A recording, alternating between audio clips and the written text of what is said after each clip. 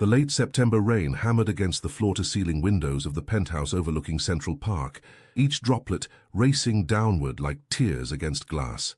Susan Martinez stood in the kitchen, her flour-dusted apron tied around her waist as she pulled a tray of homemade lasagna from the oven. The warm scent of basil and garlic filled the modern kitchen, a stark contrast to the cold marble countertops that stretched endlessly before her. At 42, Susan had settled into a comfortable routine since marrying James Whitmore 3 years ago. Her dark hair, streaked with premature grey she never bothered to dye, was pulled back in a practical ponytail. She wore no makeup, her face bearing the honest lines of a woman who had worked as a public school teacher for 20 years before becoming Mrs. Whitmore.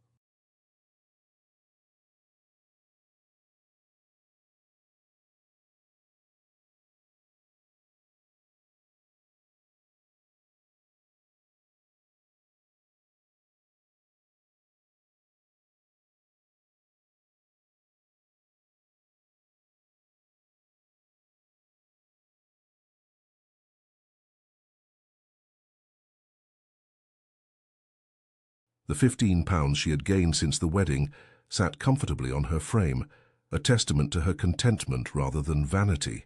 James burst through the front door at 7:30, his Armani suit perfectly tailored to his lean frame. At 51, he maintained the physique of a man 20 years younger through personal trainers and strict dietary regimens. His salt and pepper hair was meticulously styled, and his Rolex caught the light as he loosened his tie. "Susan, we need to talk," he announced, not bothering with a greeting as he dropped his leather briefcase on the entry table. His voice carried the clipped efficiency of a man accustomed to boardrooms and bottom lines. She turned, wiping her hands on a dish towel, her smile genuine despite his brusque manner. "Dinner's almost ready. How was the office?" James barely glanced at the homemade meal she had spent hours preparing. "The Hartford Foundation Gala is next Saturday. Black tie. It's the biggest charitable event of the season, and everyone who matters in New York finance will be there." He paused, his jaw tightening in a way Susan had learned to recognize as discomfort. "I think it would be best if I attended alone this year." The dish towel slipped from Susan's fingers, landing soundlessly on the counter. "Alone? James, we've talked about attending more events together. You promised after the summer." "This is different," he interrupted, his eyes fixed on his phone screen rather than her face. "These are high-level donors, CEOs, old money families. The networking opportunities are crucial for the merger we're finalizing. I need to be focused, professional. Taking a date would be complicated." The word date hung in the air between them like a stranger. Susan felt something cold settle in her chest, a sensation she couldn't quite name.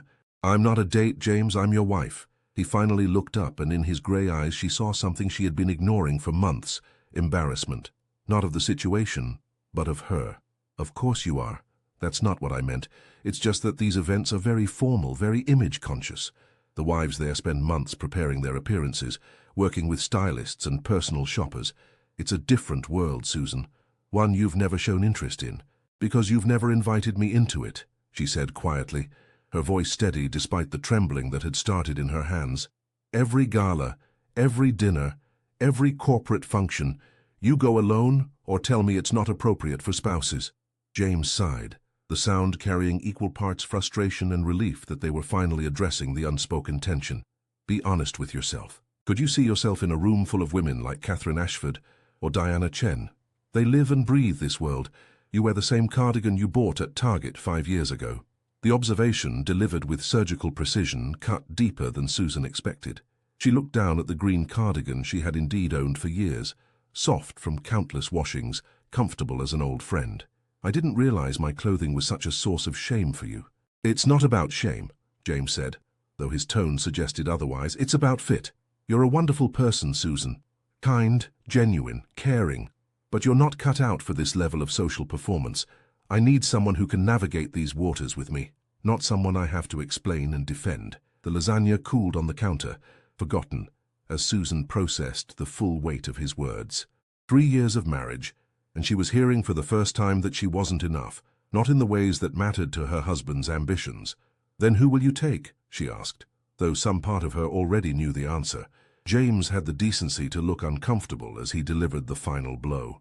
"Rachel offered to accompany me as my executive assistant. She already knows most of the people who'll be there, and she's familiar with the business aspects of these conversations. It makes practical sense. Rachel Chen, 28 years old, Stanford MBA, fluent in Mandarin and French. She had started at Whitmore Capital 2 years ago and had quickly become indispensable to James. Susan had met her twice at company holiday parties, both times feeling acutely aware of the younger woman's designer dresses and effortless sophistication. Practical, Susan repeated, tasting the bitterness of the word. Is that what we've become, a practical arrangement? Don't be dramatic, James said, his patience clearly wearing thin.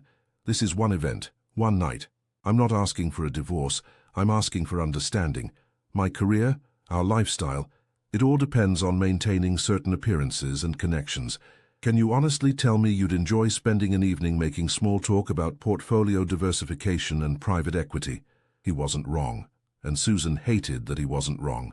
She had no interest in the financial maneuvering that consumed James's world, but being right about her preferences didn't give him the right to exclude her from his life. I would enjoy supporting my husband, she said firmly. I would enjoy being part of your world, even the parts that don't naturally interest me. That's what marriage is supposed to be. James checked his Rolex, a gesture Susan recognized as his way of ending conversations that had run their course. I have a conference call with London in 20 minutes. We can discuss this later if you want, but my decision is made. Rachel will accompany me to the gala. It's what's best for everyone involved. He disappeared into his study without another word, leaving Susan alone in the kitchen with a cooling dinner and a realization that had been building for months. She wasn't a partner in this marriage. She was an inconvenience James tolerated in private and erased in public. Sunday morning arrived with the kind of crisp autumn clarity that made New York feel newly washed. Susan sat at the breakfast bar, her laptop open before her, while James played golf at his country club in Westchester. The Hartford Foundation Gala was 6 days away, and something her husband had said kept circling in her mind. Rachel's offer to accompany him. Offered or been asked. Susan opened her Instagram, something she rarely used, and searched for Rachel Chen. The profile was public, a carefully curated gallery of professional achievement and enviable lifestyle. Photos of Rachel at charity dinners, Rachel at art gallery openings. Rachel posed in front of modern sculptures at the Museum of Modern Art. And there, from 3 weeks ago, a photo that made Susan's breath catch. Rachel in an elegant black dress, standing next to James at what the caption identified as a pre-gala planning committee dinner. They looked like a couple. James's hand rested on the small of Rachel's back, both of them smiling at the camera with the easy confidence of people who belonged in that glittering world. The comments below gushed about how stunning they looked together, how powerful, how perfectly matched. Susan had never been invited to a planning committee dinner. She hadn't known such things existed. She scrolled further, finding more photos over the past 6 months. James and Rachel at a corporate retreat in the Hamptons. At a Broadway opening. At a rooftop restaurant Susan recognized as Cipriani, where James had claimed to be at a men-only business dinner. Rachel's arm was looped through his in that photo, her head tilted toward him as they shared some private joke. The evidence mounted with each scroll, each photo, each caption that mentioned, "my favorite colleague," and "the best boss." Susan's hands trembled as she took screenshots, not sure what she intended to do with them, but feeling the need to document what she was seeing. Her phone rang, startling her. Her younger sister Maria's name flashed on the screen. "I need you to be honest with me," Susan said without preamble when she answered. "Has James been cheating on me?" The pause on the other end lasted 3 seconds too long. "Susan, what happened? Did you find something?" "That's not a denial, Maria." Susan pressed, her stomach knotting. "You've suspected something, haven't you?" Maria exhaled slowly, the sound crackling through the phone speaker. "I didn't want to say anything without proof, but yes, I've worried. The late nights, the separate social lives, the way he never includes you in his professional world. It's not normal, Susan. Even for busy couples, it's not normal." Susan stared at the photo of James and Rachel at Cipriani, the intimate way they stood together. "He's taking his secretary to the Hartford Foundation Gala on Saturday. He told me I'm not sophisticated enough for his world." "That son of a—" Maria cut herself off. "Susan, listen to me. I love you, but you've let him make you small. You're brilliant, you're accomplished in your own right, and you've spent 3 years shrinking yourself to fit into the corners of his life he deems acceptable. This ends now." "What am I supposed to do?" Susan asked, hating the weakness in her own voice. Confront him. He'll just deny it, or make me feel crazy for questioning him. No, Maria said, and Susan could hear the wheels turning in her sister's strategic mind. Maria was a criminal defense attorney, trained to think several moves ahead. Confronting him privately gives him the chance to control the narrative. If he's been parading this woman around as his de facto wife at public events, then the reckoning should be equally public. A plan began to form, terrifying and exhilarating in equal measure. The gala, Susan said slowly. You think I should go to the gala? I think you should remind everyone in that room who the actual Mrs. Whitmore is, Maria confirmed. But not as the dowdy wife crashing her husband's party. You show up looking like the woman he should be proud to have on his arm. You make him regret every moment he spent undermining you. Susan looked at her reflection in the darkened laptop screen, seeing the woman she had become. Comfortable, invisible, dismissed. I don't know if I can pull that off. I don't know that world, Maria. He's right about that much. Then you learn, Maria said firmly. You have 6 days. I'll help you. My friend Gabriella is a stylist who works with Manhattan socialites. I'll call in a favor. We'll get you a dress, hair, makeup. The full transformation. Not because you need to change who you are, but because you need armor for this battle. And then what? Susan asked, her heart pounding at the thought of walking into that ballroom. I show up and... What? Make a scene? You show up and take your rightful place, Maria corrected, as his wife, as an equal. And you watch him squirm when he has to choose between maintaining his lie or publicly humiliating the woman he married. Either way, you'll have your answer about what this marriage really is. Susan closed the laptop, the photos of James and Rachel disappearing from view, but not from her mind. For 3 years, she had accepted his narrative that she didn't fit, didn't belong, wasn't enough. She had believed that loving him meant making herself smaller, quieter, less present in his increasingly public life. But looking at those photos, at the way he smiled at Rachel with an openness he no longer showed his wife, Susan felt something shift inside her. Not just hurt or betrayal, though both were present, but anger, clean, clarifying anger at being treated as expendable, at being hidden away like a shameful secret, while he built a life that excluded her. Okay, she said to Maria, her voice gaining strength. Let's do it. Let's remind James Whitmore exactly who he married. The week that followed was a whirlwind of activity that left Susan both exhilarated and exhausted. Monday morning, she met Maria at a Soho boutique where Gabriela Santos held court among racks of designer gowns. The stylist was a petite Brazilian woman with impeccable taste and an immediately warm demeanor. Maria told me everything, Gabriela said, her dark eyes assessing Susan with professional interest rather than judgment. For your husband thinks you cannot shine in his world. We will show him how wrong he is. For 3 hours, Susan tried on dresses, each more stunning than the last. Gabriela explained the language of high society fashion, the difference between new money flash and old money elegance, the power of a perfectly tailored silhouette, the statement made by color choices. They finally settled on a midnight blue silk gown by Carolina Herrera, with an elegant off-shoulder neckline and a subtle train that whispered rather than shouted luxury. This dress says you belong, Gabriela explained, as Susan studied her reflection. It says you know exactly who you are and make no apologies. Perfect for a woman reclaiming her place. Tuesday brought a consultation with Andre, a hairstylist whose client list read like a who's who of Manhattan society. He walked around Susan, studying her from every angle before pronouncing his vision.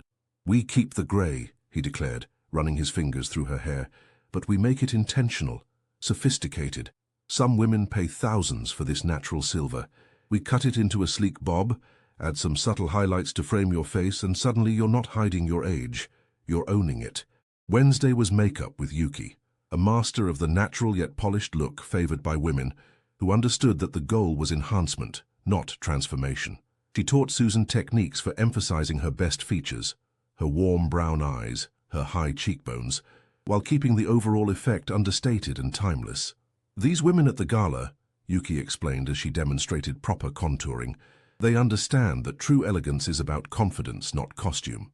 You walk in looking like you tried too hard, they'll eat you alive. You walk in looking like this is just another Saturday for you, they'll have to accept you as one of them. Through it all, James remained oblivious.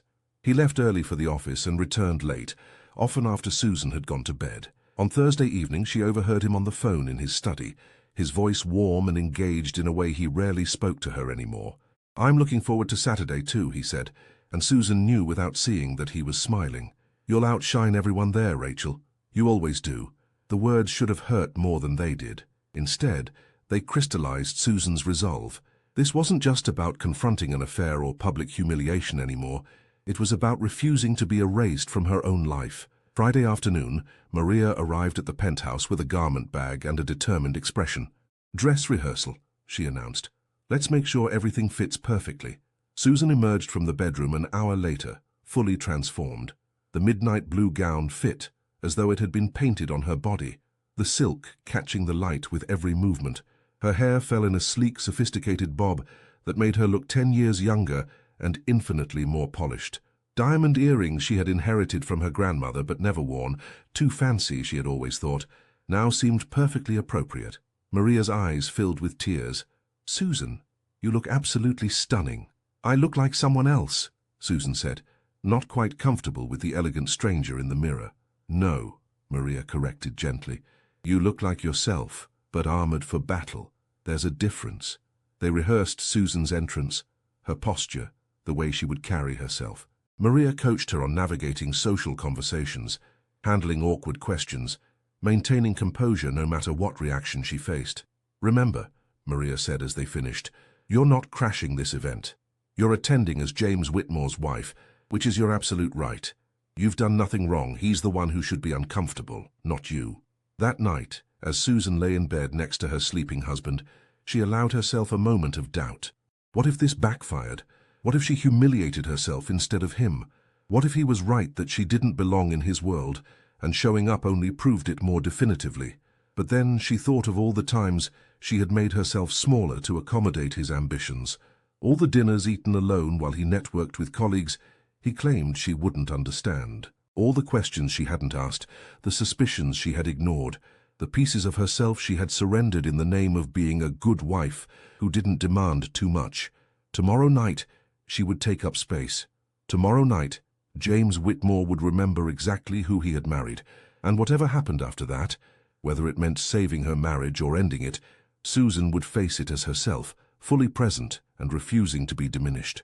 Saturday arrived with unseasonably warm October weather, the evening sky over Manhattan streaked with pink and gold as the sun set behind the city's towers.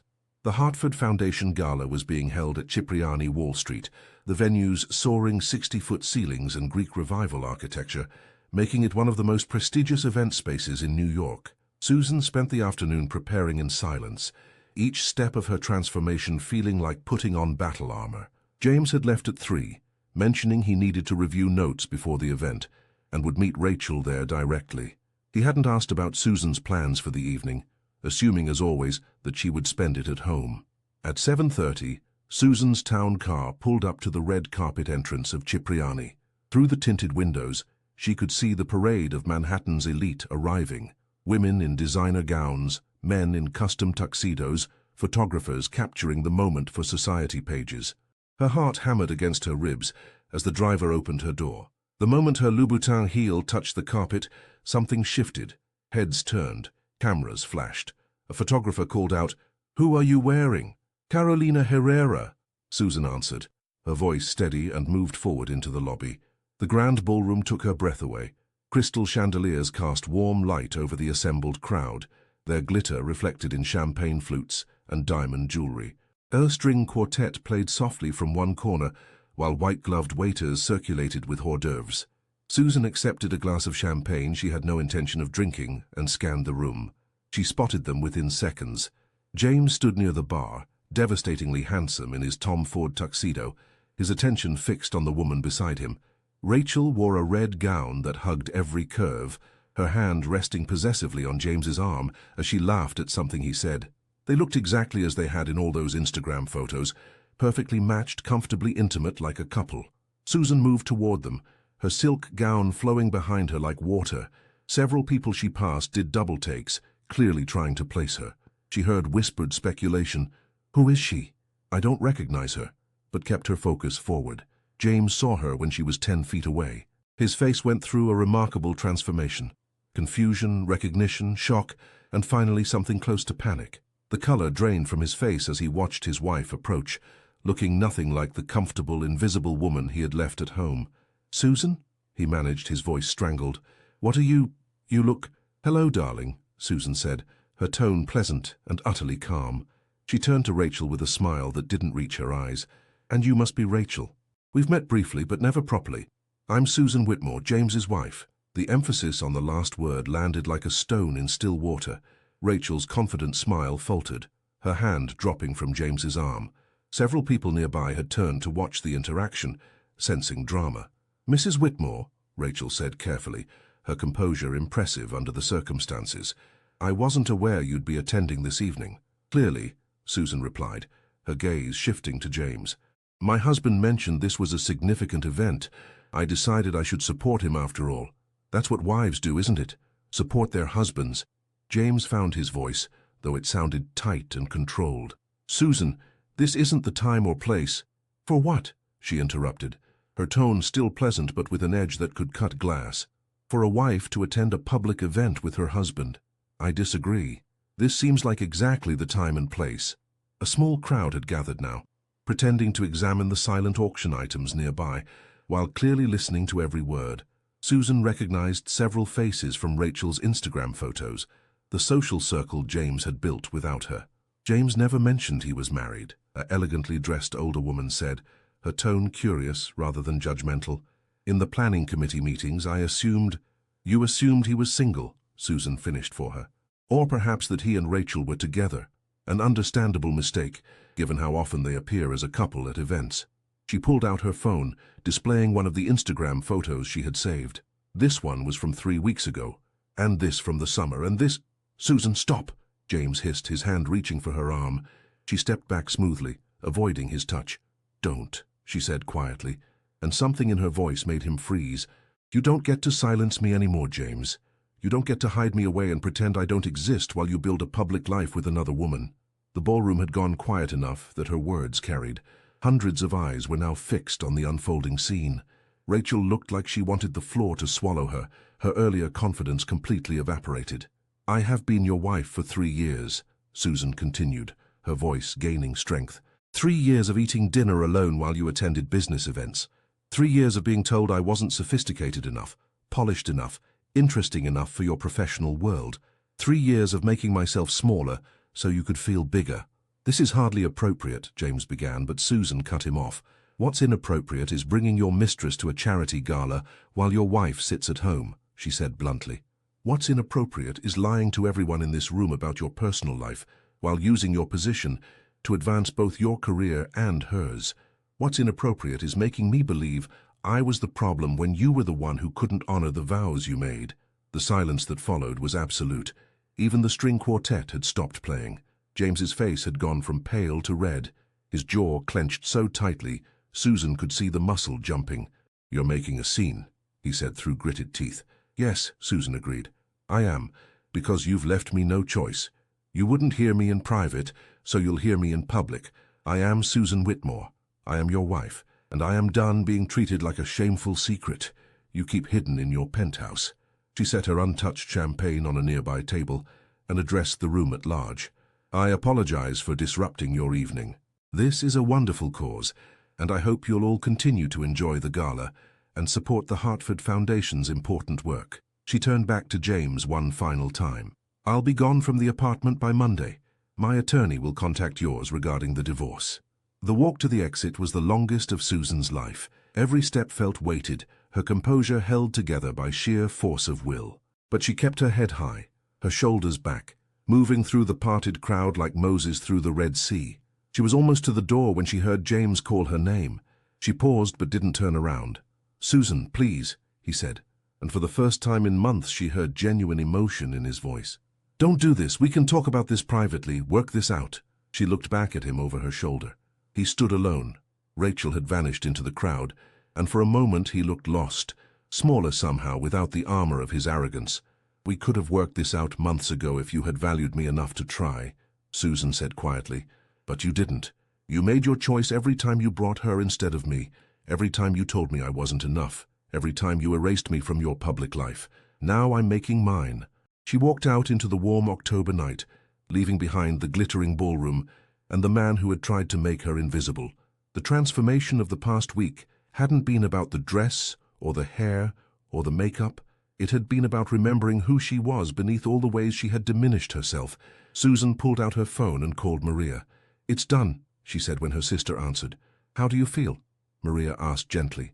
Susan considered the question as her town car pulled up to take her home, not to the penthouse she had shared with James, but to Maria's guest room, where she would begin rebuilding a life on her own terms. She thought about the faces in that ballroom, the shock and the sympathy and the gossip that would follow. She thought about James standing alone, finally understanding what he had lost.